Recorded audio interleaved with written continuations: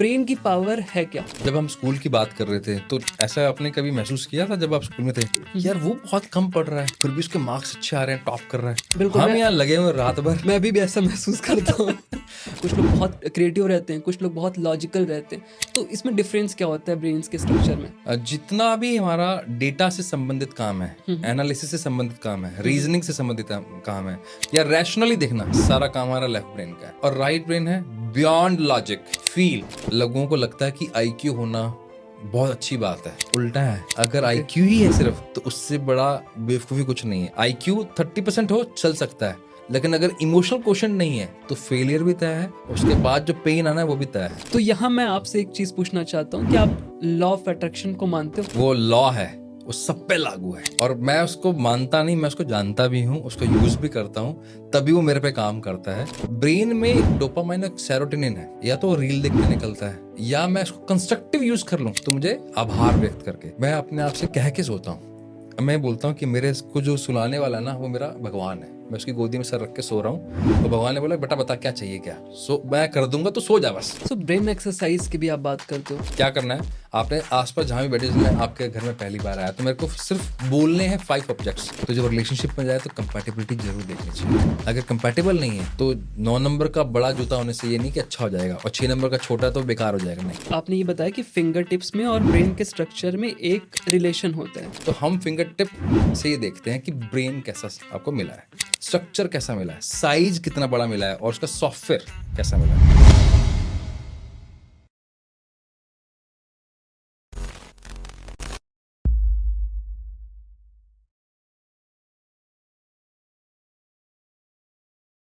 बचपन में अक्सर जब दोस्तों के साथ बातें होती थी तो एक चीज़ बहुत कॉमन था जिस पे हम बात करते थे कि यार हम अपने दिमाग का या हम अपने ब्रेन का, माइंड का जस्ट 6 to 7% ही यूज़ करते हैं। I am not sure about the number कि क्या था, बट इतना ही यूज़ करते हैं। और बात करें अगर आइंस्टाइन की, या जो महान लोग हुए हैं, साइंटिस्ट हुए हैं, या जो बहुत बड़े रिसर्चर हुए हैं, वो अपने ब्रेन का 10% से ज़्यादा यूज़ नहीं करते हैं। सो बहुत सारी ऐसी चीज़ें हैं जिनको करके आप अपने ब्रेन की पावर को बढ़ा सकते हो। सो आज बातें करेंगे इसी सब्जेक्ट पे, और उसके एक्सपर्ट मेरे साथ हैं। स्वागत है सर द डिकोड शो में। कैसे हो आप? बहुत बढ़िया शानदार, और यहाँ आके और भी अच्छे हो गए। बिल्कुल बिल्कुल।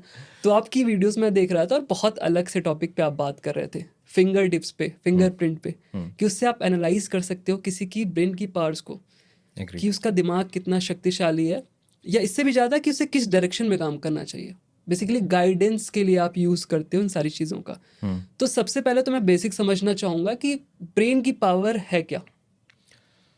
जब हम स्कूल की बात कर रहे थे तो ऐसा आपने कभी महसूस किया था जब आप स्कूल में थे कि यार वो बहुत कम पढ़ रहा है फिर भी उसके मार्क्स अच्छे आ रहे हैं, टॉप कर रहा है। बिल्कुल, हम यहाँ लगे हुए रात भर। मैं अभी भी ऐसा महसूस करता हूँ। हम रात भर लगे रहते हैं और हमें मार्क्स नहीं आते। बिल्कुल। तो एक्चुअली में ब्रेन की पावर वही है, ब्रेन बहुत पावरफुल है। इनफैक्ट हमें पढ़ाया भी है गया है, इकलौता ऑर्गन है जिसके अंदर सुपर पावर्स है, जिसको अब 86 बिलियंस न्यूरॉन्स, पता नहीं कितने ट्रिलियंस न्यूरॉन्स इसके अंदर बताते हैं। तो एक एक न्यूरॉन की जो पावर है, ऐसा बोला जाता है कि एक न्यूरॉन के अंदर 82 GB स्पेस है। ओके। अब आप सोचो कितना पावरफुल तो ब्रेन है। बिलियंस में न्यूरॉन्स, बिलियंस में न्यूरॉन्स है, और with in a fraction of second एक न्यूरॉन दूसरे न्यूरॉन से कनेक्शन, मतलब लाखों न्यूरॉन्स आपस में कनेक्शन बना लेते हैं। इतना पावरफुल है।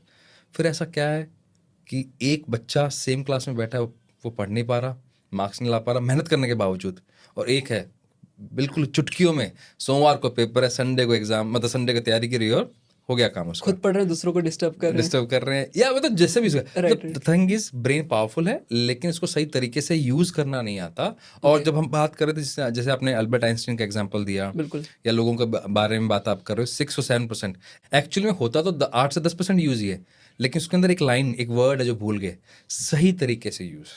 ओके। ब्रेन पूरा, जब मैं आपसे बात कर रहा हूँ तो ऐसा नहीं है कि मेरा पूरा ब्रेन काम नहीं कर रहा, मेरा पूरा ब्रेन काम कर रहा है, लेकिन शब्दों का कितना उच्चारण होना चाहिए, यानी कि टोन एंड वर्ड्स। तो मेरे 3 ब्रेन इस टाइम काम कर रहे हैं। एक लॉजिकल ब्रेन काम कर रहा है क्योंकि मुझे लॉजिकली बात करनी है आपसे, दूसरा वर्ड, तो मेरा टेम्पोरल ब्रेन काम कर रहा है, एंड तीसरा टोन वाला ब्रेन। तो मैंने ब्रेन पे कितना काम किया सही तरीके से, तो वो वहाँ से आती है हमारी ब्रेन की पावर। और इतना पावरफुल है कि जिसके अंदर आप चाहो तो इसको नेक्स्ट लेवल पे ले जाओ, और इसके साथ नेगेटिव इमोशन जोड़ दो तो वही same brain Osama bin Laden बन जाता है। और अगर पॉजिटिव अगर इमोशन जोड़ दें तो अब्दुल कलाम बन जाता है। Right, right. सो दिमाग में इसमें भी होता है क्या, जैसे कई लोग को बहुत जल्दी चीज़ें याद हो जाती हैं, कुछ लोग बहुत क्रिएटिव रहते हैं, कुछ लोग बहुत लॉजिकल रहते हैं, मतलब मैथ्स की प्रॉब्लम को बहुत जल्दी सॉल्व करते हैं, तो इसमें डिफरेंस क्या होता है ब्रेन्स के स्ट्रक्चर में? जितना भी हमारा डेटा से संबंधित काम है, एनालिसिस से संबंधित काम है, रीजनिंग से संबंधित काम है, कारण या ये सिचुएशन को समझना या माइक्रो लेवल पे बात करना या क्रिटिकली देखना या रैशनली देखना, सारा काम हमारा लेफ्ट ब्रेन का है। ओके। और लेफ्ट ब्रेन हमारे राइट हैंड से कनेक्टेड है एज पर न्यूरोसाइंस, क्रॉस। क्रॉस है। ओके। तो मेरा लेफ्ट ब्रेन यानी कि जिसका काम है मी माई सेल्फ, अगर मैं बहुत सिंपल भाषा में बात करूँ तो, और राइट ब्रेन है बियॉन्ड लॉजिक, फील। मुझे यहाँ बैठ के कैसा लग रहा है मैं लॉजिकली नहीं बता सकता, but I am feeling very good. मेरे को अपने ही पार्टनर के साथ समय बिताना बहुत अच्छा लग रहा है, उसकी स्माइल, उसका टच बहुत अच्छा लग रहा है, वो सेम टच किसी और का अच्छा नहीं लग रहा। तो फील, तो वो राइट ब्रेन का काम है। क्रिएटिविटी, वो राइट ब्रेन का काम है। Problem solving attitude, right brain का काम है। आपके साथ संबंध कैसा है, लोगों से मैं काम करवा सकता हूँ क्या, राइट ब्रेन का काम है। कलर्स, राइट ब्रेन का काम है। कलर की क्रिएटिविटी, राइट ब्रेन का काम है। टोन, राइट ब्रेन का। तो आपका जो राइट ब्रेन है वो आपके लेफ्ट हैंड से कनेक्टेड है। तो दोनों में बहुत बड़ा फर्क है। इसको यूं समझ सकते हैं कि ये माइक्रो है, यानी कि मेरा राइट हैंड, यानी कि मेरा लेफ्ट ब्रेन, और जो मेरा लेफ्ट हैंड है और मेरा राइट ब्रेन है आपस में इंटरकनेक्टेड है, ये मैक्रो है। तो बड़ी बात करनी है तो आपको राइट ब्रेन चाहिए, और उसके अंदर डेटा यूज करना है तो आपको लेफ्ट ब्रेन चाहिए। ओके। सो आप यहाँ बात करते हो फिंगर टिप्स पे, आप बेसिकली एनालाइज करते हो कि फिंगर टिप्स किसी का कैसा है, उस पर क्या चीज़ें बनी हुई हैं या कैसा है, एग्जैक्टली आप ही बता पाओगे क्या है। उसे आप कनेक्ट करते हो कि ब्रेन का इसका स्ट्रक्चर कैसा होगा और किस डायरेक्शन में बेटर काम कर सकता है, ऐसा कुछ? ऐसा ही एग्जैक्टली हम स्ट्रक्चर समझते हैं। स्ट्रक्चर के बाद हम ये समझते हैं कि इसका प्रोसेसर कौन सा है। भी आपके पास एंड्रॉयड का प्रोसेसर है कि आपके पास आईफोन वाला iOS है। तो क्यों दोनों का अगर ना पता हो तो आप फिर एप्लीकेशन, देखो बहुत सिंपल है। जैसे हमें हर गाड़ी का पहले ना स्ट्रक्चर पता होता है। जैसे BMW का स्ट्रक्चर है, BMW में इंजन एक ही है और बॉडी अलग है, ठीक है ना। क्या कभी आपने देखा BMW के जो इंजन है उसको मारुति 800 में फिट कर सकते हैं? बिल्कुल नहीं। और या मैं उल्टा कर दूं, मारुति 800 की बॉडी में BMW का इंजन लगा दूं, या फिर उसका इंजन BMW की बॉडी में फिट कर दूं, तो दोनों चीज़ें अलग अलग हैं। तो हमारा काम है ये समझना कि इस इंजन का ये जो ब्रेन आपको मिला है ये कौन सा मिला है। जैसे आपने MRI देखा हुआ, एक्सरे देखा हुआ है। एक्सरे क्या करता है, आपकी बॉडी को स्कैन करके बताता है कि ये बॉडी है आपकी। MRI आपके ब्रेन को स्कैन करके बताता है यार ये अंदर चल रहा है। तो हम फिंगर टिप से ये देखते हैं कि ब्रेन कैसा आपको मिला है, स्ट्रक्चर कैसा मिला है, साइज कितना बड़ा मिला है, और उसका सॉफ्टवेयर कैसा मिला है। क्योंकि ब्रेन आपका हार्डवेयर है और उसके अंदर जो आप लिखने वाले हो वो आपका सॉफ्टवेयर है। तो सॉफ्टवेयर किस तरह का चलेगा वो हम आपको बता सकते हैं। ब्रेन को और डिटेल में समझना है आपको तो बहुत सिंपल है। आपको ब्रेन का, आप लॉजिकल हो या आप क्रिएटिव हो नहीं पता लगता, बहुत लेटर ऑन पता लगता है, तब तक गाड़ी निकल चुकी होती है। आप लीडरशिप वाले हो या सॉलिट्यूड वाले हो, आपको लोगों से बात करने में मज़ा आता है या अकेले रहने में मज़ा आता है, आपके पास क्या नेटवर्क करने का है ब्रेन ऐसा। जब हम बैक स्टेज बात कर रहे थे कि स्टोरी टेलिंग के अंदर बात होनी चाहिए, बिल्कुल। या बातें करने का भी एक अपनी कला है, तो वो कला आपके पास है या नहीं है वो सब इससे पता लग जाता है। और अगर आपको पता हो तो आप उसके अकॉर्डिंग आप नर्चर करते हो। जैसे अपने घरों में प्लांट लगे होते हैं, राइट, राइट। हमारे यहाँ पर आसपास खेती होती है, तो हम देखते हैं ना कि इस प्लांट का नेचर क्या है, और उसको लाइट चाहिए या नहीं चाहिए, बिल्कुल। उसको पानी कितना चाहिए, खाद कितनी चाहिए, नहीं चाहिए तो इस पे क्या इफेक्ट डलेगा, और अगर नहीं दिया दिया तो क्या होगा, नहीं दिया तो क्या होगा। कुछ फ्लावर्स होते हैं जो धूप में रखोगे तो उसमें फूल आएंगे, कुछ होंगे जो खत्म हो जाएंगे। Exactly Right. अब यहाँ में ब्रेन के बारे में अगर पता लग जाए कि ये स्ट्रक्चर है, ये सिखाया तो ये बहुत आगे दौड़ेगा, और नहीं सिखाया तो ये बहुत पीछे रह जाएगा। तो ब्रेन सबको मिला हुआ है। फिंगर टिप से आपको ये पता लगता है कि कितना एक्सीलेटर दबाना है और कहाँ दबाना है, कौन से गियर में दबाना है, ताकि गाड़ी आपको एवरेज भी दे राइट, राइट। और आप इस राइड का यानी कि लाइफ का एंजॉय भी ले सको। राइट। सो यहाँ आपने आपने ये बताया कि फिंगर टिप्स में और ब्रेन के स्ट्रक्चर में एक रिलेशन होता है। सो यहाँ पे एक पॉइंट और उठता है कि क्या मेडिकल साइंस में ऐसी कोई चीज़ नहीं है जो ये चीज़ आपका कुछ, कोई सपोज कोई मशीन है, ECG मशीन जैसे होती है, उस तरह की कोई मशीन है जो आपके ब्रेन पे लगा दें और फिर उस चीज़ को एनालाइज करें कि इसका लेफ्ट ज़्यादा एक्टिव है या राइट ज़्यादा एक्टिव है, उसके अकॉर्डिंग वो अपना सेलेक्ट कर सकता है कि उसे किस फील्ड में जाना चाहिए, कौन सी फील्ड उसके लिए बेटर होगी। तो क्या मेडिकल साइंस में भी कुछ ऐसा है हमारे पास? ये मेडिकल साइंस से रिलेटेड ये सारा, because it's not a palmistry, अच्छा। It's not astrology, it's not psychology, क्योंकि मैं इसमें सवाल नहीं पूछते हैं। Right, right, right. It's completely backed by neuroscience. Okay, तो जो स्प्लिट ब्रेन थ्योरी है वो 1981 में डॉक्टर रॉजर स्पेरी ने दी थी। अब हम बात करते हैं ना रिवर्स इंजीनियरिंग कर लो, हाँ, हाँ। है ना। अब वो इकलौता डॉक्टर था जो इंजीनियर भी था in terms of reverse engineering. उन्होंने बहुत सारे एक्सीडेंटल केसेस उठाए, और एक्सीडेंटल कौन से, सिर्फ हेड इंजरी वाले। और वहां से चेक किया कि सर के कौन से हिस्से पे चोट लगी है, जब चोट लगी है तो कौन से हिस्से पे इम्पैक्ट पड़ा है। ओके। मान लीजिए यहाँ चोट लगी, देखा यार अच्छा इसके बोलने की क्षमता चलेगी, ये सोचने की क्षमता चलेगी। यहाँ चला गया तो अच्छा इसका बोलने का वीक हो गया है, यहाँ लगा सुनने का वीक हो गया, कहाँ। तो एक एक एरिया को उन्होंने नोट किया, तो वहां से आया पहली बार पता लगा कि there is two brains, there are two parts of brain, left brain and right brain.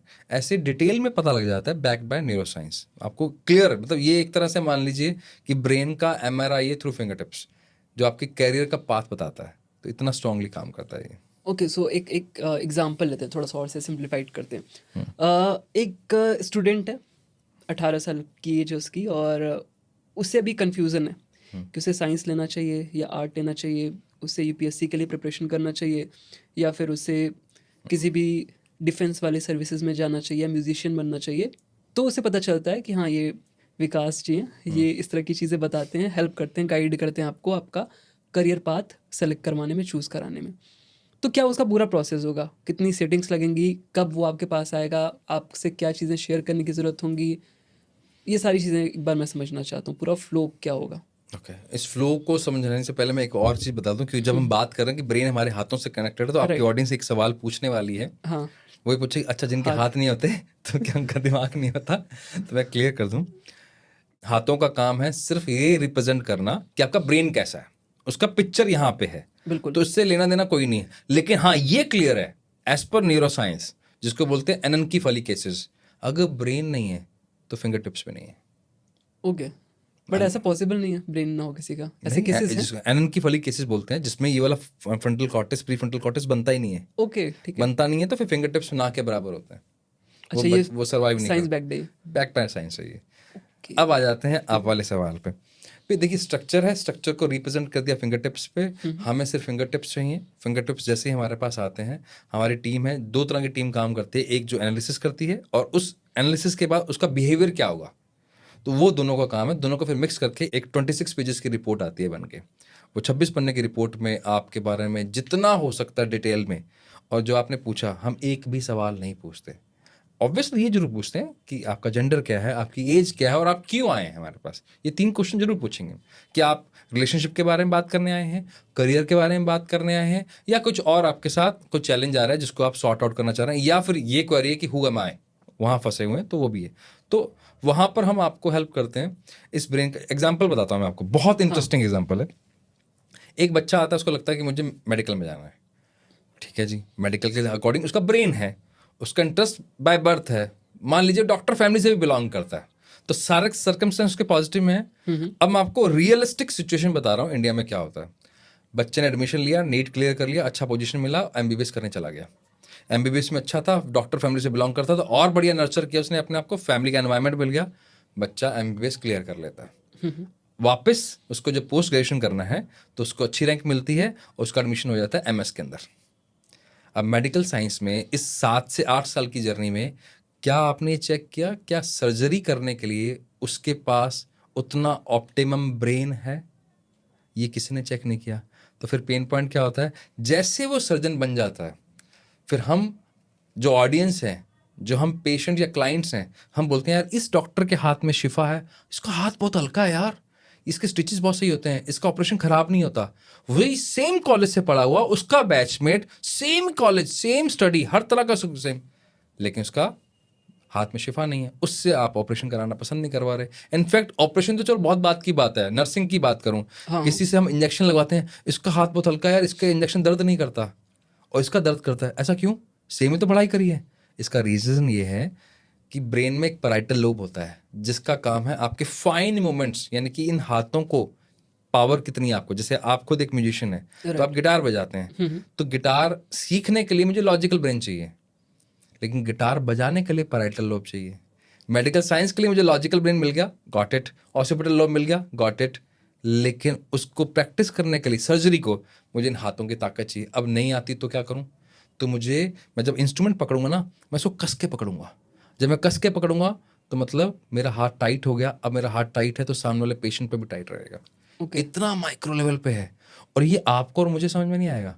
जिस डॉक्टर पे बीत रही है ना, उसको पता है कि यार मैंने कस के पकड़ा हुआ है, वो स्ट्रेस में होता है, और जब आप स्ट्रेस में होते हो तो आपसे गलती होती है, जब आपसे गलती होती है तो किसी ना किसी की लाइफ पे बात आती है। बिल्कुल। या तो आप डिप्रेशन में जाओगे, स्ट्रेस में जाओगे, या फिर सामने वाला परेशान होगा आपके कुछ रॉन्ग डिसीजन की वजह से। तो यहाँ से इतना माइक्रो लेवल पे पता लगता है, डिटेल में आप जो जानना चाहते हो वो सब पता लगता है। ओके, तो हम वही बात कर रहे थे कि किस तरह से आप तो सारी फिर चीज़ें हाँ, एनालाइज सॉरी, करते हो। तो फिर हम आगे, तो ऐसे पूरा रिपोर्ट होता है। फिर रिपोर्ट आने के बाद हमारी टीम उनको कनेक्ट करती है। पहले काउंसलिंग होती है, लाइव काउंसलिंग में उनके बारे में डिटेल बताया जाता है। फिर लाइव काउंसलिंग की रिकॉर्डिंग प्लस रिपोर्ट उनको साथ शेयर होती है। Normally most of the time अगर आपके सवाल करियर से रिलेटेड हैं तो वो 1 या 2 सीटिंग में पूरे हो जाते हैं। रिलेशनशिप वाले हैं, कहीं पेज फंसा हुआ फीलिंग वाला है, तो उसको हम मान के चलते हैं अप्रॉक्स 5 सीटिंग्स के आसपास लग जाती हैं उसको। ओके, तो सेटिंग में फिजिकली आपके सेंटर पे ऑनलाइन आना सब होगा। काम होता है। ओके। ऑनलाइन लाइव में हमारे काउंसलर्स हैं, मैं भी हूँ, हमारी पूरी टीम है जिस पे काम करती है। तो कितनी कंपनीज है अभी इंडिया में जो कर रही हैं सारा कुछ? इंडिया में आई थिंक 8 या 9 कंपनीज और कर अच्छा, रही कर हैं रही हैं हाँ, सारी इसमें चीज़ें। काम कर रही हैं। ओके, सो अभी तक कुछ ऐसी स्टोरी जो थोड़ी ऑकवर्ड लगी हो आपको, जो आप शेयर करना चाहते हो? ऑकवर्ड नहीं कहूँगा, मेरे लिए तो एक 2 स्टोरीज ऐसी हैं जो लेसन्स हैं। ओके। एक स्टोरी ने जिसने हमें बताया कि हमें भी थोड़ा सा और डीप में काम करना है ताकि हम लोगों को सही हेल्प दे सकें। तो एक तो है डॉक्टर का केस, वो बेंगलोर का केस था। डॉक्टर हैं अप्रॉक्स 46 ईयर्स के, तो उन्होंने अपनी प्रैक्टिस को ड्रॉप किया था। Now the person want to pursue something next. एक डॉक्टर के लिए अपनी प्रैक्टिस ड्रॉप करना आसान नहीं होता। और ये नहीं कि वो कोई डेंटल या कोई और कोई प्रॉपर MBBS फिजिशियन, ठीक है ना, तो वो थे MD फिजिशियन थे वो। क्यों ड्रॉप करना? क्योंकि उसमें उनको किक नहीं आ रही, मज़ा नहीं आ रहा। और वो इसलिए नहीं आ रहा, उनके बहुत सारे पेन पॉइंट्स थे, तो ब्रेन के अकॉर्डिंग उन्होंने काम किया नहीं। राइट। तो हमारे लिए एक लर्निंग की 46 की एज में उन्होंने इतना बड़ा स्टेप उठाया, जहाँ उनकी फैमिली खिलाफ थी, जहाँ उनका पूरा परिवार, उनके दोस्त, उनके कलीग्स खिलाफ थे, क्या कर रहा है यार। फाइनली उन्होंने अपना पैशन फॉलो किया, और जब उनको वैलिडेशन मिला हमसे कि क्या वो सही पैशन में है, क्योंकि तब वैलिडेशन चाहिए होता है, बिल्कुल। इतना बड़ा डिसीजन मजाक नहीं है। बेसिकली एक बिलीफ है जिसे आपको ब्रेक करना है, और नया जो बिलीफ है उस पर आपको यकीन करना है कि हाँ, ये चीज़ मैं कर सकता हूँ। उसके लिए फिर आपको वैलिडेशन की ज़रूरत पड़ती है। बिल्कुल। राइट। और वैलिडेशन अगर आपको बिना सवाल जवाब के मिल जाए, बिल्कुल। जैसे मोहब्बत कैसी होती है, मोहब्बत में सिर्फ हम देखते हैं और इतने में हमारे सारे आंसर्स हो जाते हैं। राइट। और अगर मैंने सवाल पूछे, उसके बेस पे आपने जवाब दिए, तो मैंने तो आपको जज किया ना फिर। और आपकी मेंटल स्टेट पे मैं डिपेंड भी हो गया कि आपकी मेंटल स्टेट कैसी, जैसे आपकी मेंटल स्टेट होगी वैसे आप जवाब देंगे। तो फाइनली वो वैलिडेशन कैसा हुआ? इनएक्यूरेट हुआ। हमने सवाल पूछा नहीं, हमने ब्रेन के अकॉर्डिंग बात बताई, तो हमारा वैलिडेशन स्ट्रांग होता है। तो बिल्कुल। मोहब्बत वाला रिलेशनशिप होता है हमारे बीच में और हमारे क्लाइंट के बीच में, तो ऑब्वियसली उसका आंसर्स मिलते हैं। दूसरा था, वो एक डिस्ट्रिक्ट कलेक्टर हैं। तो जब हमने टेस्ट किया तो उनके एक ऐसा फिंगरप्रिंट था जो मेरे लिए भी लर्निंग थी, हमारे Okay. लिए भी एक केस स्टडी बन गया था वो। और उनके प्री फ्रंटल कॉर्टेक्स, जहाँ से सोचने समझने की ताकत आती है, जहाँ से आप निर्णय लेते हो, जहाँ से आप बिल्कुल। डिसीजन लेते हो, जहाँ से आपको अप्रिशिएशन पता लगता है कि इस व्यक्ति को अप्रिशिएशन पसंद है कि पैसा पसंद है, इसको रिकग्निशन पसंद है कि इसको पैसा पसंद है, इसको प्राइवेसी पसंद है या पब्लिक में रहना पसंद है। तो वहाँ पर एक ऐसा फिंगर टिप था जो कन्फ्यूजन क्रिएट करता है, जो कभी भी आपको डिसीजन लेने नहीं देता, ओके। जब आपको हमेशा द्वंद्व में फंसाए रखेगा, आप इनडिसिसिव हो जाओगे। ऐसे बहुत सारे ऑडियंस में भी होंगे जिनको लगता है यार मैं डिसीजन लूँ, और वो प्रोकास्टिनेट करते हैं, टालते रहेंगे टालते रहेंगे टालते रहेंगे। प्रोकास्टिनेशन के भी 4 रीजन है, फिर कभी बात Okay. करेंगे। तो वो वहाँ हमें समझ में आया कि अगर ऐसे वाले ब्रेन को हम क्लैरिटी दे दें कि ये आपका राइट पाथ है और इस पाथ पे आप शिद्दत से लग जाओ, तो वो ब्रेन डबल पावर से काम करता है, क्योंकि इस फिंगरप्रिंट का मतलब यही है। और उसका फ़ायदा ये हुआ, जब जब उनको क्लैरिटी में, मैंने नहीं दी थी, वो हमारे पास तो बाद में आए थे, तब तो वो डिस्ट्रिक्ट कलेक्टर बन चुके थे। Okay. तो उनकी AIR रैंक 2nd आई, ऑल इंडिया टॉप किया उन्होंने। तो ये पावर होती है, आपको क्लैरिटी मिल जाए। और अगर आपको पता हो उनको किसी और ने मेंटोर किया था, तो वहाँ से उनको क्लैरिटी मिली। तो ये समझ में आता है कि अगर आपको सही समय पर, ये बात कर रहा हूँ जब वो ग्रेड 7 में थी, अच्छा। तो 7 में उनको जब क्लैरिटी मिली तो वो टिल लास्ट तक टॉप रही हैं। और मैं क्या 30s के अंदर डिस्ट्रिक्ट कलेक्टर हैं वो, ओके। यंगेस्ट मेरे कलेक्टर में से एक आती हैं शायद। तो इसमें ये भी पता चलता है कि किसी का माइंड, लोग कहते हैं बहुत शार्प है इंसान या शार्प नहीं है, तो इसमें ये भी पता चलता है कि आपका माइंड है या जो आपका ब्रेन है बहुत स्ट्रांग है या नहीं है, तो इस तरह का भी कुछ? एक्चुअली क्या है कि जब हम बात करते हैं ना कि स्ट्रांग है या नहीं है, वो हम उसको जज करते हैं अपने पैरामीटर से। आप म्यूजिक में बहुत अच्छे हो तो लेकिन हमारे सोसाइटी के अंदर तो एकेडमिकली चेक किया जाता है। राइट। एकेडमिक के बाद आप किस कॉलेज में हो, कॉलेज के बाद किस तरह की जॉब जॉब या कर रहे हो। बिजनेस में हो, उससे चेक किया जाता है। मैं म्यूजिक को तो उसमें उस पैरामीटर में नहीं आता। हम्म। ठीक है, तो यहाँ हमारे वैलिडेशन के तरीके गलत हैं। जो सोसाइटी के नॉर्म्स है ना, उससे हम जज नहीं कर सकते। ओके। एग्जाम्पल के तौर पे लोगों को लगता है कि आईक्यू होना बहुत अच्छी बात है। Right right. उल्टा है, अगर ओके। आईक्यू ही है सिर्फ तो उससे बड़ा बेवकूफ़ी कुछ नहीं है। आप मुझे एक नाम बता दो जिसने आईक्यू के बेस पे सब कुछ अचीव कर लिया हो। आईक्यू 30% हो चल सकता है, लेकिन अगर इमोशनल क्वेश्चन नहीं है तो फेलियर भी तय है, उसके बाद जो पेन आना है वो भी तय है। ऐसा क्यों? ऐसा इसलिए, इमोशनल क्वेश्चन का काम है आपके, जैसे आपका दिमाग कितना तेज है उससे फ़र्क नहीं पड़ता अगर आपको अपनी भावनाएं समझ में नहीं आती और उसको कंट्रोल करना नहीं आता। अगर कंट्रोल नहीं करना आता तो ये तय है कि जीवन की जो सच्चाई है ना, जो मैदान पे जो लड़ाई लड़नी पड़ती है, उसमें हार फाइनल है। आपको बहुत सारे एग्जाम्पल मिल जाएंगे जिन्होंने टॉप अचीवमेंट किया लेकिन उनके फिर पर्सनल रिलेशनशिप खराब हुए, टीम के साथ क्लैशेस हुए, कॉन्फ्लिक्ट हुए, टीम बिल्डिंग नहीं हो पाई, स्टार्टअप फेल हो गए, रिलेशनशिप फेल हो गए, ब्रेकअप्स हो गए, सुसाइड कर लिए, बैंक करप्ट हो गए। क्या है सारी चीज़ें? ये था आपका इमोशनल क्वेश्चन।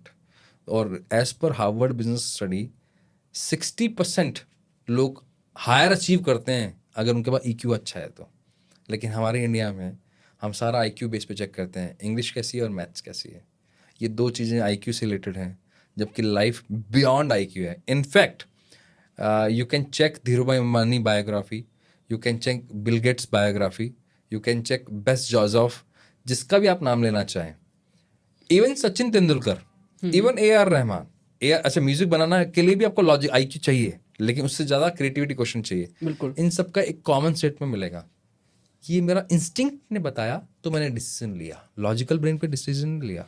लॉजिकल आपको हेल्प करेगा जब आपको कैलकुलेशंस लगानी है, लेकिन Okay. जो आपकी डिसीजन पावर है, अगर इंस्टिंक्ट ब्रेन है तो आप फास्ट डिसीजन लोगे, नहीं तो हाई कैलकुलेशन का नुकसान ये है कि आप लाइफ में डिसीजन नहीं लोगे। हर चीज़ में नफ़ा नुकसान, नफ़ा नुकसान। राइट। मैंने इंटरव्यूज सुने हैं, मोस्टली म्यूजिशियन जैसे बात करते हैं, जैसे अमित त्रिवेदी हो गए, ए आर रहमान हो गए, ये लोग अपने इंटरव्यू में अक्सर ये बातें करते हैं कि उन्हें जो सक्सेसफुल गाने जो बहुत ज़्यादा चले हैं, जो सुपर हिट्स हैं, वो उन्हें सपने में आए। वो जब सो रहे थे तो कुछ क्लिक किया, वो सुबह जल्दी से उठे, वॉइस नोट में उस ट्यून को रिकॉर्ड कर लिया, फिर उस पर काम किया और वो गाना सुपर हिट गया। तो आई थिंक ये भी उस चीज़ से कहीं ना कहीं कनेक्टेड है कि आपका सबकॉन्शियस माइंड कैसे काम कर रहा है, कैसे चीज़ों को परसीव कर रहा है। राइट। ए आर रहमान के लिए तो ये बोला जाता है कि उनके लिए म्यूजिक ऊपर बना हुआ है, सिर्फ उनको उतारना होता है। राइट। यानी कि उनको तब अपनी मेंटल स्टेट, जैसे मान लीजिए मुझे आपको फ़ोन लगाना है, तो मेरे पास आपके 10 नंबर हैं और सही अलाइनमेंट में है कि पहला ये, दूसरा ये, तीसरा है, राइट राइट। तो ही आपको कॉल लगेगा। अगर मेरे पास एक भी नंबर मिस है, कॉल नहीं लगेगा। और अगर आगे पीछे नंबर है तो अभी कॉल नहीं लगेगा। तो मुझे आपसे कनेक्ट करने के लिए भी सही कनेक्शन चाहिए। तो बिल्कुल। ऊपर वाले से कनेक्ट करने के लिए सबकॉन्शियस माइंड से ज़्यादा पावरफुल कोई चीज़ ही नहीं है, फीलिंग से ज़्यादा कोई चीज़ ही नहीं है, इंट्यूटिव ब्रेन से बड़ी कोई चीज़ ही नहीं है। तो अगर वो है और आपको सिर्फ फ्रीक्वेंसी सेट करनी आ जाए, अलाइनमेंट क्या है, मुझे रेडियो सुनना है, Right, 98.3 सुनना है तो 98.3 पे ही सुनाई देगा। जोर लगा लो 92.7 पे तो कुछ अलग ही बजेगा, बिल्कुल बिल्कुल। 94.3 पे अलग ही बजेगा। तो सही फ्रीक्वेंसी अगर सेट होगी ना तो आप उसकी अलमाइटी की पूरी हेल्प ले सकते हो, जो आपको चाहिए वो सब मिलता है वो। सो यही एक पॉइंट निकल के आता है कि हम अपने खुद को, अगर हमें डेफिनेटली अपने दिमाग का ज़्यादा यूज़ करना है, अच्छे से यूज़ करना है, वो किसी भी फील्ड में हो, लॉजिकल फील्ड में हो या क्रिएटिव फील्ड में हो, तो आपको शांत रहना, अंदर से शांत रहना बहुत ज़रूरी है। राइट। तो उसके लिए आप क्या बताओगे कि अपने दिमाग को कैसे स्ट्रॉन्ग कर सकते हैं? जैसे कुछ लोग कहते हैं कि मेडिटेशन करो, माइंडफुलनेस फॉलो करो, वो सारी चीज़ें करो। कुछ लोग कहते हैं कि कुछ ब्रेन एक्सरसाइजेज होती हैं, वो आप ट्राई करो। कुछ लोग कहते हैं सुडोकू वगैरह खेलो। तो इन सारी चीज़ों से आपका दिमाग अच्छा काम करना शुरू करता है। तो आपके हिसाब से क्या ऐसी चीज़ें जो इन सारी चीज़ों को प्रोसेस में हेल्प करती हैं? ब्रेन के लिए बोला जाता है, ब्रेन एक प्लास्टिक की तरह है। जैसे आपने वो चोटी पे रबड़ लगता था पहले ना, Right, जैसे जो नोट के बंडल पे भी लगा आता है, सबको पता है वो एक ना इलास्टिक वाला रबड़ लगा हुआ आता है। उस Rubber रबड़ band. की खासियत है, उसको अगर आप यूज़ करते रहोगे तो वो उसकी ताकत बढ़ती रहती है। और अगर आपने छोड़ दिया उसे, 3-4 दिन पड़ा रहा, तो थोड़ा श्रिंक हो जाता है, गल जाता है और टूट जाता है वो। बिल्कुल। ब्रेन डिट्टो कॉपी है उसका। अगर ब्रेन को यूज़ करते रहोगे तो उसकी पावर बढ़ती जाएगी, बढ़ती जाएगी, बढ़ती जाएगी। क्योंकि ब्रेन का एक नियम है कांस्टेंट चेंज होना, या तो वो अपग्रेड होगा या वो डिग्रेड होगा। जब वो कांस्टेंट चेंज हो रहा है तो मैं चेंज कैसा लेके आऊँ भाई? जब हम बात कर रहे हैं कि जैसे आपके पास सुपर कंप्यूटर है, अब उस कंप्यूटर का एक खासियत है, जैसे ब्रेन के ना, सॉरी इस एग्जांपल ऐसे लेते हैं, ब्रेन मान लो एक केमिकल फैक्ट्री की तरह है। अब उसमें जो डालोगे रॉ मटेरियल वैसा का वैसा आउटपुट आएगा। बिल्कुल। तो अब उस समय पर अगर आपने ब्रेन में न्यूरोबिक एक्सरसाइज डाल दी, न्यूरोबिक एक्सरसाइज मतलब आप राइट हैंड से लिखते हो, थोड़ा टाइम के लिए लेफ्ट हैंड से लिख लो। अगर आप राइट हैंड से टूथब्रश करते हो तो लेफ्ट हैंड से कर लो। जैसे मैं लेफ्ट हैंड हूँ तो मैं बहुत सारे काम राइट हैंड से करता हूँ। मेरे ब्रेन को नया चैलेंज मिला। मैं बेसिकली आज हैबिट को ब्रेक करनी है, राइट? हैबिट ब्रेक करना है, नया न्यूरल पाथवे बनाना है भाई। जैसे ओके, ठीक है। आपने एक रबड़ लिया, आपने इस मान लीजिए इस कप पे लगाया, ठीक है। तो इस कप के अकॉर्डिंग वो सेट है। हाँ, हाँ। अब इसी पर रहेगा तो एक दिन गल जाएगा क्योंकि उसकी स्ट्रेंथ खत्म हो गई। ओके, अब मैंने चेंज करके किस दिन इस माइक पे लगा दिया, किस दिन मैंने इसको थोड़ा सा और जितनी उसकी पावर है उसके अकॉर्डिंग मैंने वहाँ लगा दिया, तो उसकी स्ट्रेचिंग पावर बढ़ गई। वैसे ब्रेन है, ब्रेन को नया देते रहो। यहाँ से आप बाहर निकल रहे हो, किसी दिन गेट 2 से निकल जाओ, किसी दिन गेट 3 से निकल जाओ, ब्रेन को नया देखने के दो। हाँ, लेकिन हाथ में रील है तो कुछ नहीं हो पाएगा मोबाइल चल रहा है तो कुछ नहीं हो पाएगा। राइट। फिर माइंडफुलनेस, माइंडफुलनेस किस लिए? अगर अभी माइंडफुलनेस की प्रैक्टिस नहीं की ना, तो ये तय है कि इंडिया आने वाले 5 सालों के अंदर जैसे डायबिटिक कैपिटल बन चुका है, फिर डिप्रेसिव कैपिटल भी बन जाएगा वर्ल्ड वाइड। ओके। क्योंकि डिस्ट्रैक्शन का लेवल हाई है और धीरे धीरे हमारे जो एजुकेशन सिस्टम में से जो पनिशमेंट एंड रिवॉर्ड का जो सिस्टम था वो धीरे धीरे बंद हो गया है। हमारे यहाँ पे जो डिसिप्लिन नाम की चीज़ हुआ करती थी ड्यू टू जॉइंट फैमिलीज, वो बंद हो गई हैं। तो अब मेरे पास रीज़न ही नहीं है अपने बच्चे को रोकने का। घर में 3 ही 4 ही जने हैं, सभी मोबाइल पे लगे हैं। उसका प्रॉब्लम ये है कि वो आपके ब्रेन को ना इतना फास्ट कर देता है, उसके बाद कोई भी स्लो काम पसंद नहीं आता। स्लो काम जैसा खाना खाने में मज़ा नहीं आता, खाना खाते को टीवी चाहिए, लिखने में मज़ा नहीं आता क्योंकि एक राइटिंग की एवरेज स्पीड किसी भी ह्यूमन बीइंग की 15 वर्ड्स से लेके 20 वर्ड्स है, तो वो स्लो काम हो गया। रीडिंग में मज़ा नहीं आता। रीडिंग में क्यों? क्योंकि एक एवरेज ह्यूमन बीइंग की जो रीडिंग स्पीड है वो अंडर 200 वर्ड्स पर मिनट है। तो वो जब जहाँ मैं एक हर मिली सेकेंड में मेरा फ्रेम चेंज हो रहा है रील के अकॉर्डिंग, या मैं कोई भी गेम खेल रहा हूँ, वहाँ मेरे को इतना स्लो काम क्यों पसंद आएगा? बिल्कुल। तो मेरा सारा का सारा डोपामाइन, चीप डोपामाइन जिसको बोलते हैं, वो वहाँ निकल गया। अब वो कहाँ से आएगा? फिर वो आएगा गलत हरकतों से, पॉर्न देखने से, फिर वो आएगा ड्रग करने से, वो आएगा गॉसिपिंग करने से, बैक बाइटिंग करने से, बिचिंग करने से। तो ये सारे इसके प्रॉब्लम स्टेटमेंट है। और वहीं अगर मैंने माइंडफुलनेस कर ली तो मेरा जो कॉग्निटिव ब्रेन है, जहाँ से आती सोचने समझने की ताकत, भाई हम में और पशुओं में फ़र्क क्या है? फ़र्क ये है, हमारे पास ये प्रीफ्रंटल और फ्रंटल कॉर्टेक्स है, जो एक डॉल्फिन को हमारे से जो कम मिलता है, लेकिन पूरे की पूरी ये जो पशुओं वाली जो हमारी जो प्रजाति है उसमें सबसे हाईएस्ट मिलता है, ये डॉल्फिन को मिलता है। ओके, ठीक तो है। वो इतनी तभी तो हमारे साथ कनेक्टेड फील करती है। तो इसकी पावर अगर बढ़ानी है तो या तो न्यूरोबिक एक्सरसाइज है, या फिर आपके पास माइंडफुल एक्टिविटीज लाइक प्राणायाम है, नाड़ी शोधन प्राणायाम है, भ्रामरी है, योगा है, बहुत कुछ है। ठीक है। थर्ड आ जाता है, फिर आ जाती है हमारी मेंटल एक्टिविटीज़, चाहे वो सुडोकू खेलना हो। इनफैक्ट अभी रिसर्च हुई है, एक गेम है टेट्रिस, TETRIS, अच्छा। टेट्रिस। रिसर्च पढ़ेंगे तो आपको मिल भी जाएगी। वो रिसर्च कहती है आपकी कॉग्निटिव एबिलिटी को बढ़ा देता है वो। इनफैक्ट आपको क्या सोचना है और सोच के कैसे यूज़ करना है। जैसे मुझे आइडिया आ गया, मैं यूज़ कैसे करूँ? मुझे कोई बात समझ में आ रही लेकिन उसका सॉल्यूशन नहीं पता लग रहा। यार प्रॉब्लम तो है लेकिन सॉल्यूशन समझ में नहीं आ रहा, यानी प्रॉब्लम सॉल्विंग एटीट्यूड की प्रॉब्लम है। तो टेट्रिस खेल लो तो आपका ब्रेन एक्टिव हो जाता है। तो ये तीनों एक्टिविटी आपके ब्रेन को लेवल पे चेंज कर देती हैं, आपको करनी चाहिए। ये कर जाएंगे तो फ़ायदा है। ओके, सो माइंड का आपका शांत होना ज़रूरी है, राइट? ब्रेन ना दो धारी तलवार है, या तो यूज़ होगा या आपको ख़त्म करेगा। वो अपन को तय करना है कि कैसे यूज़ करना है उसको। जैसे बिलीफ सिस्टम की लोग बात बोलते हैं कि शुरू में आपके 5 से 6 साल में आपका बिलीफ सिस्टम बन जाता है। जो भी आपके आसपास का एनवायरनमेंट होता है, आप उन्हीं सारी चीज़ों से सीख लेते हो। और फिर जब आप बड़े होते हो, आप 18 साल 19 साल के हुए, उस टाइम को आपको डिसाइड करना है कि आपको ये चीज़ करना है। तो आपका बिलीफ सिस्टम ही है जो आपको रोकता है किसी चीज़ को करने से। सपोज बचपन में अगर बोल दिया गया तुम किसी काम के नहीं हो भाई, ये करोगे तो कुछ नहीं हो पाएगा, तुम आगे लाइफ में कुछ नहीं कर पाओगे, लोग कहना शुरू किया और आपका भी बिलीफ बन गया कि मैं कुछ नहीं कर सकता हूँ। आपको पता नहीं है बट आपका सबकॉन्शियस वैसे ट्रेन है। तो इस चीज़ को, बिलीफ को तोड़ने के लिए दिमाग के साथ आपको क्या करना पड़ेगा जिससे आपका बिलीफ जो है वो स्ट्रांग हो, टूटे। एक तो जैसे आपने डॉक्टर वाली कहानी सुनाई है कि जब उसे छोड़ना था तो उसका एक अंदर का जो बिलीफ होगा कि मैं एक डॉक्टर हूँ, उस चीज़ को उसे छोड़ना है और नया ऑक्यूपेशन अडॉप्ट करना है। तो उसके लिए उसे किस तरह से काम करना होगा, किस डायरेक्शन में से काम करना होगा? देखो, न्यूरोसाइंस के बेस पे बात करें या शास्त्रों के अनुसार बात करें, आप अगर अपना ग्रुप चेंज कर, संघ, जैसे मैं सत्संग पहले वर्ड यूज होता था, राइट। सत्संग मतलब अगर आप जिस संगत में हो आपकी वही कीमत है, ठीक है राइट। ना। जैसे हमारे एक मित्र हैं अमर सर, उनका बहुत अच्छा एग्जांपल है, मैं उनसे उधार लेके आपको बता देता हूँ। ठीक है। वो बोलते हैं कि मान लीजिए आपको एक प्लॉट खरीदना है, हाँ। जैसे मान लीजिए इसी फ्लैट, इसकी बात करूं मैं, अगर इस फ्लैट की कीमत मान लेते हैं 1.5 करोड़ रुपए है, अब बिल्कुल 7 वाला फ्लैट एक अमिताभ बच्चन खरीद ले तो इस फ्लैट की कीमत क्या हो जाएगी? बहुत बढ़ जाएगी। अब साथ में एक हार्ड कोर क्रिमिनल खरीद ले, अब क्या होगी? घट जाएगी पूरी। खत्म हो जाएगी। 7 वाले फ्लैट में किसी ने सुसाइड कर लिया तो भी खत्म हो जाएगी, हाँ। आगे हो जाएगी। तो यानी कि इस फ्लैट की कीमत नहीं है, इसके सराउंडिंग में कौन है राइट। वो तय करता है। तो सेम विद यू, अगर आपके एक्स हैबिट्स बन गई हैं, अच्छा। आपको लगता है, आपको अवेयरनेस आ गई है कि मुझे तो 10x होना है, मुझे एक्स पर नहीं रहना, तो बहुत सारे तरीके हैं, वो ऑलरेडी यूट्यूब पर चल रहे हैं। फिर भी मैं ये कहूँगा जो न्यूरो साइंस बेस्ड है सबसे ईजिएस्ट है, जस्ट चेंज द ग्रुप। आप जैसे ग्रुप चेंज करते हो आपका ब्रेन ना इतना अडेप्टिव है, अपने आप आपका, जैसे मान लीजिए आप म्यूजिशियन है, मैं आज 10 दिन आपके पास आने लग जाऊंगा ना, मेरा अपने आप थोड़ा थोड़ा इंटरेस्ट म्यूजिक की तरफ आने लग जाएगा और थोड़ी थोड़ी नॉलेज भी हो जाएगी। ओके। क्यों? क्योंकि मुझे पे ग्रुप इम्पैक्ट डाल रहा है, मेरा करियर नहीं है, लेकिन आपकी एसोसिएशन से मुझ पे इम्पैक्ट आएगा।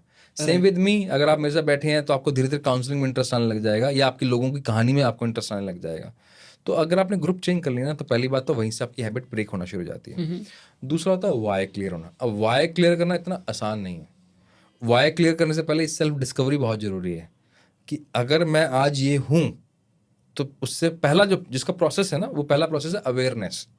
मैं ऐसा क्यों, अगर हूँ तो ऐसा मैंने क्या, क्या मेरा ऐसा स्ट्रक्चर है जिसकी वजह से मैं ये सारी हरकतें करता हूँ, अच्छी या बुरी। मुझे पता है कि मुझे पॉडकास्ट पे बैठना है तो मैं पहले तैयारी करके आऊँ, और एक मैं हूँ जो एक व्यक्ति है जो बहुत आलसी है, जिसको हाँ आज शुरू करूँगा, कल शुरू करूँगा, तो प्रोकास्टिनेशन है तो क्यों है, मेरी पावर क्या है, मेरी स्ट्रेंथ क्या है, तो अवेयरनेस पहले। फिर आ जाते हैं दूसरे स्टेप पर। अब मैंने एक एज ले ली, चाहे मैं 18 का हूँ, चाहे मैं 20 का हूँ, चाहे मैं 50 का हूँ, तो मेरे कुछ डिसीजन तो रहे हैं, उसकी वजह से या तो मेरे पास गिल्ट है या रिग्रेट है या हैप्पीनेस है या एक्साइटमेंट है। तो अगर ये है तो एक्सेप्टेंस हो गई कि हाँ ये क्यों है। अब उसके बेस पर आता है एक्शन प्लान।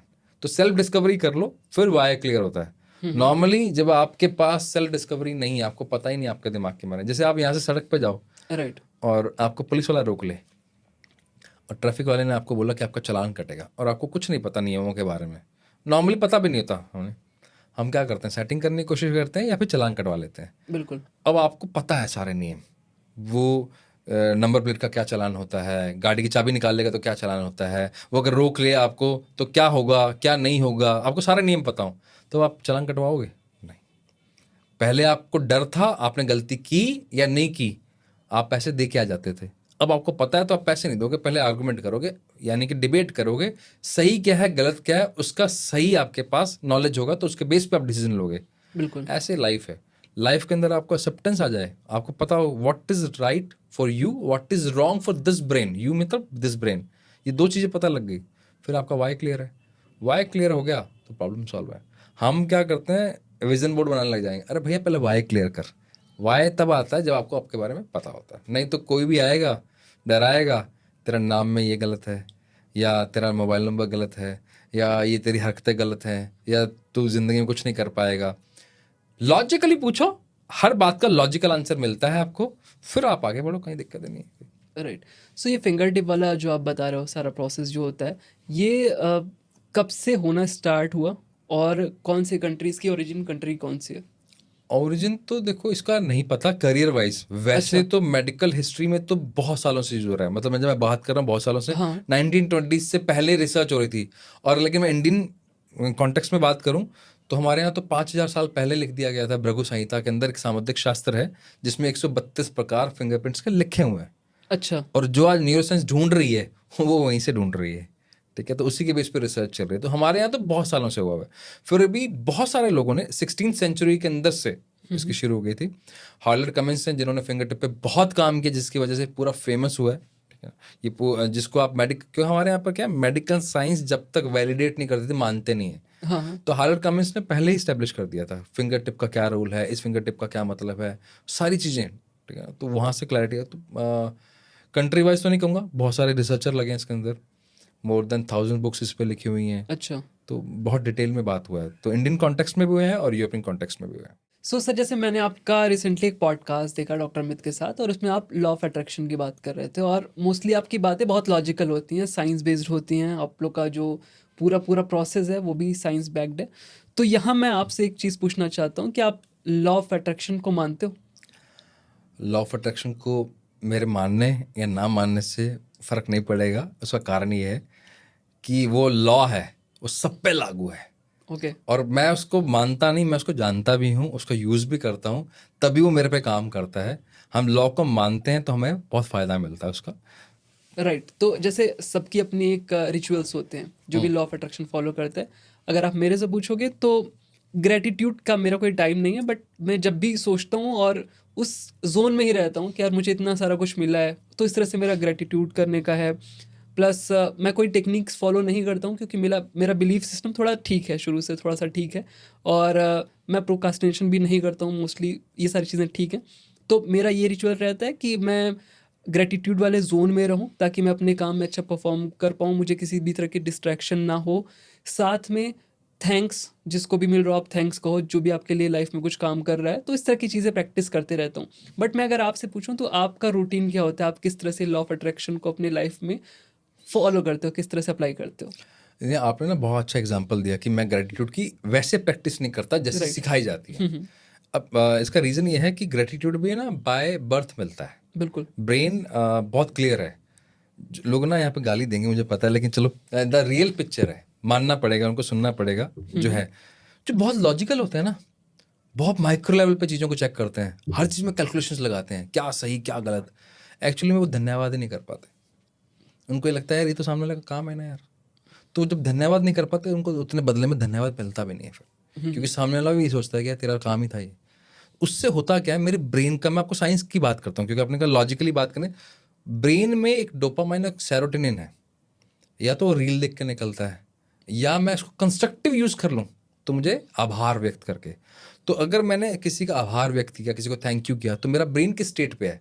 अब वो वर्किंग स्टेट पे है, क्योंकि मेरा अब डोपामाइन सपोर्ट कर रहा है, सेरोटोनिन सपोर्ट कर रहा है। अब मैंने कुछ भी मान लो पढ़ाई करी एग्जाम्पल के तौर पर, या मैंने कोई डिसीजन लिया, या मैंने अपने क्लाइंट से उस लेवल पे, उस मेंटल स्टेट पे बात करी, किस लेवल पे जाएगी, तो मुझे बिजनेस मिलेगा नहीं मिलेगा, मेरा पढ़ाई में अच्छे मार्क्स आएंगे नहीं आएंगे, मेरा करियर इसी से डिसाइड हो जाता है। तो मैं किस तरह प्रैक्टिस करता हूँ, मैं जब भी किसी क्लाइंट के साथ बात करता हूँ, जब काउंसलिंग के टाइम पर, जो उसके चेहरे पे वो जो भाव आ रहे होते हैं ना, वो मुझे बहुत अट्रैक्ट करते हैं।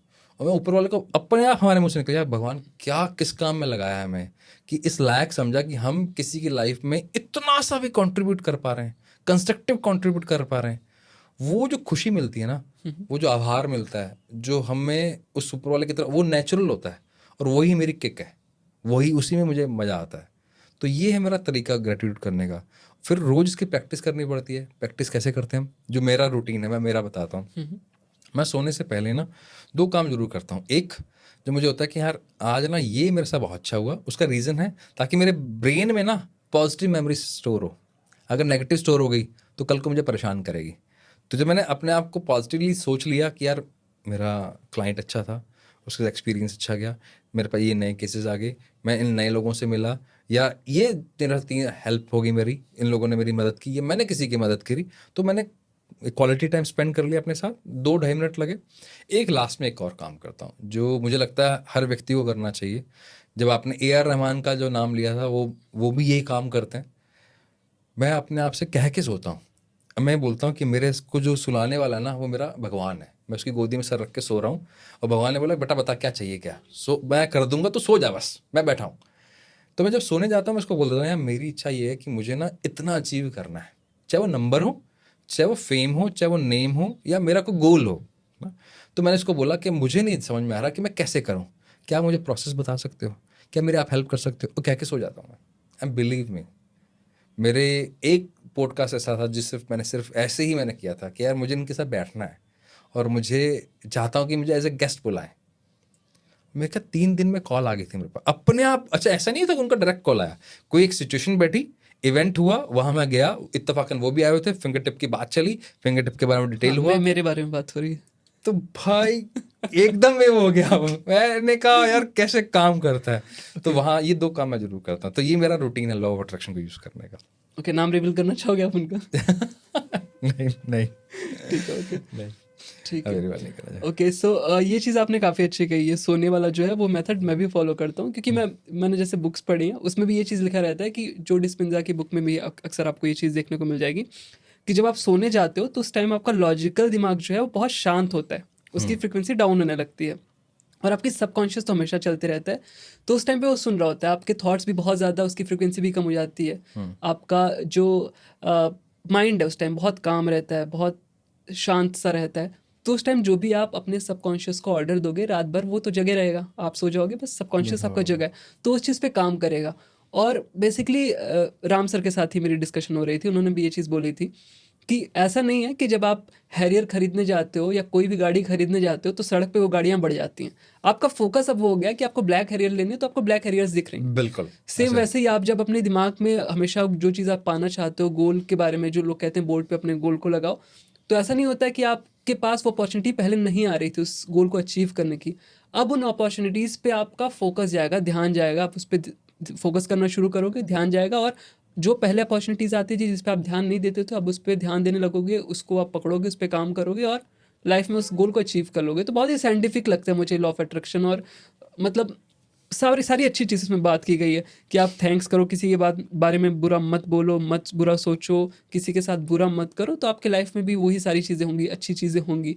और मुझे नहीं लगता इसमें किसी भी तरह का कोई नुकसान है, इलॉजिकल बातें की जा रही हैं। मुझे तो लगता है कि ये ना लॉ ऑफ अट्रैक्शन एक ट्रैवलिंग जर्नी है आपकी, राइट। और उसका पर्पस है आपको डेस्टिनेशन क्लियर दिखाना बस। और उस क्लियरिटी के लिए चाहिए आपको स्ट्रॉन्ग बिलीफ सिस्टम। तो वो 2 काम करता है। मान लो यहाँ से मुझे मुझे जैसे मान लीजिए मुझे प्रधानमंत्री नरेंद्र मोदी का कॉल आ जाए ठीक है। और मुझे मिलने जाना है, और मैं अपनी गाड़ी में बैठा हूँ। अब आप सोचो, मुझे पता है कि अगले 6 घंटे बाद मेरी उनसे मुलाकात होनी है। अब रास्ते भर मेरा ध्यान कहाँ रहने वाला है? उनसे मुलाकात होने वाली, उनसे बात होगी, ये होगा ये होगा ये होगा, एम आई राइट? और वहाँ डिस्कशन चलना है। रास्ते में चाहे ट्रैफिक आ जाए, अब यहाँ से कोई गाड़ी टच करके चली जाए, मेरा ध्यान नहीं भटकेगा। घर से कॉल है, क्यों? मेरा एक्साइटमेंट का लेवल वो है, मेरे पास क्लैरिटी है और बिलीफ हो गया, क्योंकि मेरे पास कॉल है, मेरे को मालूम है मेरी जाती मुलाकात होनी है और वो खुद मुझे इनवाइट कर रहे हैं। तो मेरा बिलीफ सिस्टम अगर टर्न अराउंड हो गया और साथ में मेरे को ये क्लैरिटी मिले पाथ क्या है, तो मेरा जो लेवल होगा सोचने का वो बहुत फोकस्ड होगा। बिल्कुल। तो जितनी भी आसपास की चीज़ें जो डिस्ट्रैक्ट करती हैं वो मेरी सबसे हट जाएंगी। मेरी लाइफ में बहुत सारी ऐसी चीज़ें हैं जो नहीं होनी चाहिए, लेकिन मेरा ध्यान है तो मुझे लगता है सिर्फ वही है, लेकिन मेरा ध्यान नहीं है तो इससे सुंदर लाइफ नहीं है। तो वो आपके जो बोलते हैं, हमारे पंजाबी में कहावत है, सोने नो सब सोने दिख दे।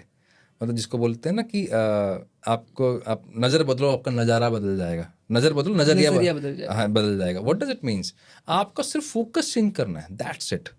अभी ना मैं लेंस कार्ड गया हुआ था, तो वहाँ पर हम स्पेक्स देख रहे थे, तो मैं बेटे का चेक करवा रहा था। अब उसका जो उन्होंने स्पेक्स लगाया, जो ग्लास लगाए ना आगे, जो लेंस लगाए उन्होंने, लेंस ना बहुत वीक थे, तो वो अकॉर्डिंग नहीं था, तो उसको ब्लर दिख रहा था। उन्होंने ग्लास चेंज किया, नया लगाया, उसके अकॉर्डिंग लगाया, जितना भी नंबर था उसका एकदम क्लियर हो गया। तो ब्लर विजन से अगर क्लियर विजन तक आना है तो लॉ ऑफ अट्रैक्शन से अच्छी प्रैक्टिस नहीं है। बिल्कुल। और इसमें सरेंडर करने का बहुत बड़ा रोल है। जब आप थोड़े से स्पिरिचुअल होते हो, लोग इसको किसी भी रिलीजन से मैं नहीं जोड़ रहा हूँ, बट स्पिरिचुअल होने का मतलब कि जब आपको लगता है कोई हायर पावर है, हायर पावर अब कुछ भी हो सकती है, वो आपका इनर सेल्फ भी हो सकता है, कि जो आपके सपोर्ट में है, जो आप कह रहे हो वो सुन रही है और आपका सपोर्ट कर रही है, तो आपका बिलीफ सिस्टम बहुत स्ट्रांग होने लगता है। जब आप थोड़ा सा स्पिरिचुअल होते हो, आपको लगता है कि कोई आपको देख रहा है, आपके बुरे कर्मों पे आपको डांटेगा, अच्छी चीज़ें करोगे अप्रिशिएट करेगा, तो आप अच्छी चीज़ें करना शुरू कर देते हो, आपका बिलीफ सिस्टम स्ट्रांग हो जाता है और आपका गोल जो होता है आप इजीली उसे अचीव कर सकते हो। तो सरेंडर की भावना भी होनी चाहिए कि भाई मैंने तो अपना कर दिया 100%, अब उनके हाथ में है, देख लेना। सरेंडर का ना हमारे शास्त्रों में बहुत लिखा हुआ है, और एक रिसर्च भी है, 90 सेकंड से ज़्यादा अगर आपने, जैसे बोलते हैं ना भगवद गीता में लिखा हुआ कर्म किए जा फल की इच्छा फल मत की इच्छा कर, मत कर। एक्चुअली में कॉन्टेक्स्ट कुछ और है। उसका कॉन्टेक्स्ट ये है मेडिकल साइंस के अकॉर्डिंग, अगर आपने कोई काम किया, जैसे मान लीजिए आप गाड़ी चला रहे थे, गाड़ी आपकी कहीं ठुक गई, या आप किसी मार्केट में थे, किसी मॉल में, अचानक आपकी किसी सेलिब्रिटी से मुलाकात होगी, तो आपका एक्साइटमेंट का लेवल एकदम हाई हो जाता है। गाड़ी ठुक गई तो आपका एग्रेशन का लेवल बहुत हाई हो जाता है। राइट। दोनों ही सिनेरियो में जब आप हाईली एक्साइटेड हो या हाईली एग्रेसिव हो तो एक हार्मोन निकलता है। उस हार्मोन 90 सेकंड से ज़्यादा अगर आपने सोचा तो वो हार्मोन अपने ब्रेन में स्टोर हो जाता है और पूरी बॉडी में उस हिसाब से ब्लड सर्कुलेट करवाता है वो। और 90 सेकंड के बाद हर आपको इवेंट याद आएगा, मेरी तब भी गाड़ी ठुकी थी, तब भी मेरे साथ ये हुआ था, उसने भी ऐसी बदतमीजी करी थी, मेरी कोई गलती नहीं थी। तो यानी कि आपने सारी पास्ट मेमोरीज को एक और नया कनेक्शन दे दिया, आपने इनको और स्ट्रेंथन कर दिया, नेगेटिविटी को और अंदर ले गए आप। वहीं अगर आप मॉल में गए, अचानक किसी सेलिब्रिटी से मुलाकात हुई या आपके किसी फेवरेट बंदे से मुलाकात हुई और आप बहुत एक्साइटेड हो गए, बहुत ज़्यादा, आपने सारे इवेंट कनेक्ट करना शुरू कर दिए और फ्यूचरिस्टिक और हो गए, फ्यूचर में मैं वैसे मिलूंगा। तो क्या हुआ, आपने फिर एक इमोशन क्रिएट किया, सारे डॉट कनेक्ट किए, अब अगली बार आपकी मुलाकात नहीं हुई, आप स्ट्रेस में आ गए। इसलिए बोला जाता था कि आप इमोशंस को स्टोर मत करो। देखो ब्रेन का हमने एग्जांपल पहले भी लिया है, वो केमिकल फैक्ट्री है। आपने उसमें स्ट्रेस डाला, कॉर्टिसोल निकला, कॉर्टिसोल ने सारे आपके डिसीजन वर्स्ट करवा दिए। अब आप सरेंडर पोजीशन पे आ जाओ तो कॉर्टिसोल निकलेगा नहीं, डोपामाइन निकलेगा, सेरोटोनिन निकलेगा, आप हमेशा एनलाइटन फील करोगे, लाइट फील करोगे, तो उसके आपके डिसीजन सारे अच्छे जाएंगे। इसलिए बोला जाता था कि अवेयरनेस के बाद जो दूसरा काम है एक्सेप्टेंस, हो गया जो होना था, बात खत्म, अब आगे बढ़ते हैं, what next. So brain exercise की भी आप बात करते हो, तो ब्रेन के लिए कौन सी एक्सरसाइजेज है जो हम अपने लाइफ में कर सकते हैं? अभी के जो कॉन्टेक्स्ट में मुझे लगती है ना, दो मुझे बहुत इंपॉर्टेंट लगती है। मुझे लगता है कि ये चाहे आप स्टूडेंट हो, चाहे मदर हो, चाहे आप वर्किंग प्रोफेशनल हो, दो हमेशा करनी चाहिए। एक जो आपकी विल पावर को बढ़ाए, दूसरा जो आपको डिस्ट्रैक्शन से बचाए। ओके। ठीक है ना, मैं यहाँ पे ये कहने वाला हूँ कि मोबाइल मत यूज़ करो ना, मैं यहाँ पे ये कहने वाला हूँ कि आप ये वाला कोई माइंडफुल एक्टिविटी करो, वो आपकी इच्छा है, वो तो ऑब्वियसली है, वो होना चाहिए बाय डिफॉल्ट प्रोसेस है। लेकिन फिर भी एक होता है कि जब आप अपनी ब्रेथ लेते हो अंदर ना, ठीक है, ये एक्सरसाइज है आपकी विल पावर को स्ट्रॉन्ग करने के लिए। जैसे आपने ब्रेथ लिया,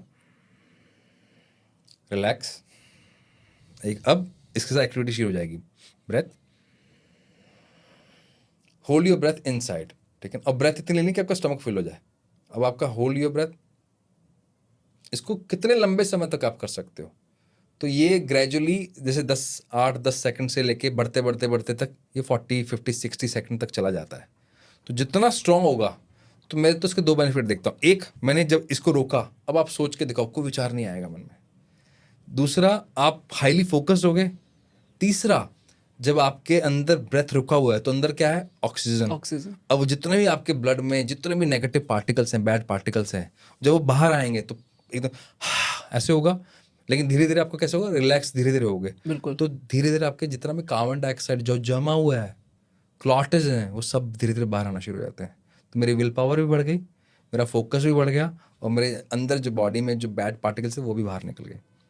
और दूसरा है जो इस टाइम पे सबसे इंपॉर्टेंट है, जिनको नींद नहीं आ रही, ओवरथिंक बहुत कर रहे हैं, जिनको स्ट्रेस बहुत रहता है, या फिर इनको इस तरह का चिंता रहती है कि पता नहीं फ्यूचर मेरा कुछ होगा या नहीं होगा, फोकस ही नहीं कर पा रहे, तो भ्रामरी डेली रात को सोने से पहले प्रैक्टिस करनी ही चाहिए। सुबह कर लोगे तो अगेन 1+1=11 हो जाएगा, यहाँ पे 2 नहीं होगा, डबल बेनिफिट्स नहीं है, उसके मल्टीपल टाइम्स बेनिफिट है। ओके। और साथ में अगर रात को करते हो तो वो आपको ओवर थिंकिंग से भी बचा देगा, स्लीप डिसऑर्डर भी अगर है तो उससे भी बाहर आ जाएंगे जो है। ओके, सो ये जो फिंगर टिप प्रोसेस आप एनालाइज करते हो, उसमें रिलेशनशिप में कैसे चीज़ें सही हो पाती हैं? जैसे पोस्ट मैरिज अगर आप करते हो, फिर तो शादी तो हो चुकी है, सो उसमें क्या इंस्ट्रक्शन रहते हैं या क्या आप चीज़ें बताते हो उन्हें? आप शादीशुदा हो? हाँ। कभी ये कमेंट सुना है, तो मुझे समझते नहीं हो। बिल्कुल, बहुत कॉमन। जब वो ये बोलना चाहते हैं तो मुझे समझते नहीं हो, अब तुम्हारे पास समय नहीं है, अब वो पहले वाली बात नहीं रही है, तुम्हारा कहीं और चक्कर तो नहीं है, या तुम कहीं और बिजी तो नहीं हो गए हो। तो यानी कि आप एक तरह से कहना चाह रहे हो इंटेंशनल इश्यूज़ हैं, इंटेंट इश्यूज़ हैं। और अगर वहाँ पर ऐसा कोई प्रोसेस हो जो ये बताया कि ये ब्रेन कैसे काम करता है, और इस ब्रेन के साथ या पति के साथ या पत्नी के साथ या बॉयफ्रेंड के साथ, गर्लफ्रेंड के साथ आपका बिहेवियर ये अगर होगा, तो आपका रिलेशनशिप बहुत स्ट्रांग होगा। तो इंटेंशन आपकी दूर हो गई। जैसे यार ये जो बंदा है ना, इसको ना एम्बियंस बहुत फ़र्क पड़ता है यार, इसके अगर आसपास अच्छा एम्बियंस होगा ना, और जब आप कॉफ़ी पीने बैठो तो ऐसा कैफेटेरिया ढूंढो जहाँ बहुत सुंदर हो। कॉफ़ी अच्छी है नहीं है इसको फ़र्क नहीं पड़ता, लेकिन एम्बियंस से बहुत फ़र्क पड़ता है। ओके। इतनी सी बात है। और आप जिद करो नहीं हम तो थड़ी पे बैठ के पियेंगे, उसका इंटरेस्ट नहीं है, लड़ाई हो गई इस बात पे। हाँ। तो वहाँ आपने इतना सा ध्यान रखा। व्हाट इज़ अ ध्यान? मैं बोलता ना, मेरा ध्यान तो रखा हो, मतलब मेरा जैसा मन है तुम वैसा करो मुझे अच्छा लगेगा, तुम्हारा जैसा मन है मैं वैसा करूँ तो तुम्हें अच्छा लगेगा। बिल्कुल। तो तुम्हारा मन क्या है मेरा मन क्या है वो कौन बताएगा? या तो समय के साथ पता लगता है, या फिर ऐसी रिपोर्ट से पता लगता है जिसमें बताया ये ब्रेन ऐसे काम करता है, इसकी लाइकिंग ये है, इसकी डिसलाइकिंग ये है, इसका खाने का तरीका ये है, इसका देखने का तरीका ये है, इसके कपड़े पहनने का तरीका ये है। मैं आपको बहुत इंटरेस्टिंग बताता हूँ। यहीं का केस है आपके इंदिरापुरम का। हमारे पास एक फैमिली आती है, उनकी बेटी शादी नहीं कर रही थी। अच्छा। तो उनका कंसर्न कुछ और तक भी, कुछ और तो इश्यूज नहीं हैं, इनका अट्रैक्शन टुवर्ड्स बॉयज़ ही है ना, या कुछ और है, तो हम अब एक्सेप्टेंस है हमारी, लेकिन ये कर लें आगे जाके जो भी इन्होंने डिसीजन लेना है। तो उनके एस्थेटिक सेंस ना नेक्स्ट लेवल के थे। मतलब मैंने भी अपने करियर में ऐसे बहुत कम देखे जिनके एस्थेटिक सेंस इतने सुपीरियर हों। ओके। तो उनको, उनके जो दिमाग में इमेज बनी हुई थी कि मुझे कैसा लड़का चाहिए वो बहुत क्लियर थी। ऐसा बॉडी शेप चाहिए, ऐसा कलर चाहिए, ये शेप होनी चाहिए चेहरे की, मतलब बहुत क्लियर। अच्छा, वो किसी को भी बताएंगे तो क्या लगेगा, क्या बकवास है यार, कितनी वियर्ड बात कर रही है, ऐसे तो ना होता है। शरीर का क्या है वो जो शुरू हो जाते हैं, हाँ, हाँ। आगे तो मन बोला नहीं हो गया। रहना है, ये है वो सब। लेकिन उसकी गलती कहाँ है? आप उसके पॉइंट ऑफ व्यू से सोचो ना। तो जब हमने रिपोर्ट देखा तो हमने उसकी मदर से बात करी, ऑब्वियसली। अच्छा, यहाँ आती है एक्सेप्टेंस, सरेंडर। जैसे हमने बताया कि ये देख तुम्हारा ब्रेन ऐसा है, इस वजह से तुम्हें ये दिक्कत आ रही है, राइट, राइट। तो उनको अपना ब्रेन समझ में आया ना, तो एक्सेप्टेंस आई, ओके इस वजह से हो रहा है। तो जब आपके पास वैलिडेशन हो और क्लैरिटी हो कि क्यों हो रहा है, फिर आप क्या होते हो, सरेंडर हो जाते हो। फिर आप क्या करते हो, डिसीजन थोड़े से इन्फॉर्म्ड डिसीजन लेते हो। Now she is happily married and enjoying her married life. तो ऐसे आपके रिलेशनशिप सुधर जाते हैं, ओके। ये फर्क पड़ता है। बहुत सारे एग्जाम्पल हैं ऐसे। फैमिलीज में नॉर्मली टकराव होता है कि घर में इतने गेस्ट क्यों आ रहे हैं। सो बेसिकली आप लोग काउंसलिंग करते हो, आप दोनों का फिंगर टिप एनालाइज करते हो, फिर देखते हो कि दोनों का बेसिकली नेचर क्या है, और एक इंसान को, मतलब जो हस्बैंड रहेगा उसको वाइफ को समझाओगे कि इसका इस तरह का नेचर है, आपको ऐसे से करना है, जब इस तरह का रिएक्ट करे तो आपको ऐसा रिएक्ट करना है, कुछ इस तरह का फॉर्मेट होता है। कंपैटिबिलिटी बताते हैं हम, इमोशनल में मोस्टली इमोशनल कंपैटिबल अच्छा। बात करते हैं। दूसरी कंपैटिबिलिटी की जरूरत पड़ती है तो बात करनी पड़ती है। भाई मेरे को एक बहुत सिंपल सी बात समझ में आती है। हम जूता लेने जा रहे हैं ना, तो हम अपने पैर का नाप देखते हैं, और अगर हम शर्ट लेने जाए तो भी पैर का नाप देखते हैं। हर चीज़ को हम कंपैटिबिलिटी देखते हैं। तो जब रिलेशनशिप में जाए तो कंपैटिबिलिटी जरूर देखनी चाहिए। अगर कंपैटिबल नहीं है तो 9 नंबर का बड़ा जूता होने से ये नहीं कि अच्छा हो जाएगा, और 6 नंबर का छोटा तो बेकार हो जाएगा, नहीं। 6 नंबर के पैर में 6 का ही जचेगा, 9 नंबर वाले में 9 नंबर का ही जचेगा। तो हम फिटनेस चेक करते हैं कि आपका फिटमेंट है या नहीं। रिकमेंडेशन मतलब है शादी से पहले आप चेक कर लो, सबसे ऑफिस अच्छा है। में अगर नहीं कर पाए तो बाद में भी समझने की कोशिश करो एक दूसरे को। हम सिर्फ हेल्प करते हैं आपको एक दूसरे को और बेहतर तरीके से समझने में, ताकि ओके। आपका रिलेशनशिप और स्ट्रांग हो। साइंटिफिकली समझने का उसका साइंटिफिक, नेचर। बिल्कुल। राइट।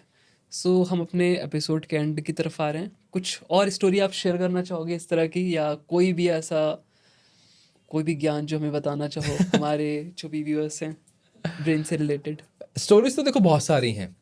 जैसे अभी एक बेंगलोर का केस था, and she is a corporate trainer, और कॉर्पोरेट में काफ़ी टाइम से काम कर रहे हैं, बट सिंगल हैं। सिंगल मतलब डिवोर्सी हो गए थे, बहुत सारे उनके टर्बुलेंसेस चल रहे थे। करना उनको अपना पैशन फॉलो था, लेकिन जब आपके रिलेशनशिप के अंदर प्रॉब्लम आ जाती है ना, तो आपके डिसीजन थोड़े से हेवे हो जाते हैं। थोड़ा डर लगता है, एक ह्यूमन टेंडेंसी है। और फिर आप करियर भी स्टेक पे ले जाओ तो और ज़्यादा प्रॉब्लम होती है। तो हमारा काम था तब उनको ये गाइड करना कि एग्जैक्टली किस किस तरह के करियर आपके बनते हैं। ऑब्वियसली उनके पास चॉइसेस थी, तो हमने जब उनको चॉइस बताई तो आज वो इंडिया के रेनाउंड एक ऑकल्ट साइंस के प्रैक्टिशनर हैं। तो तब से वो फॉलो कर रहे हैं और लोगों को हेल्प कर रहे हैं। तो ऐसी बहुत सारी स्टोरीज हैं। एक बहुत ही कॉमन एक वर्ड स्प्रेड हो रहा है जिसका नाम है ओवर थिंकिंग, और उसको इस तरह प्लेस किया जा रहा है कि पता नहीं कितना बड़ा अभिशाप है एक्चुअली ये क्वेश्चन ही मैं पूछना चाह रहा था जब मैंने बिलीव की बात की थी। अच्छा, उस टाइम मुझे पर्टिकुलर ये वर्ड समझ में नहीं आ रहा था कैसे से फ्रेम करूं, तो मुझे ये क्वेश्चन भी आपसे पूछना था कि ओवर थिंकिंग का क्या करें, इतने जो थॉट्स आ रहे हैं 70,000, उनका हम क्या करें? क्या होता है भाई, इसको ना गलत तरह से प्लेस कर दिया गया हमारे ब्रेन में, सो कॉल्ड सम इन्फ्लुएंसर्स के द्वारा।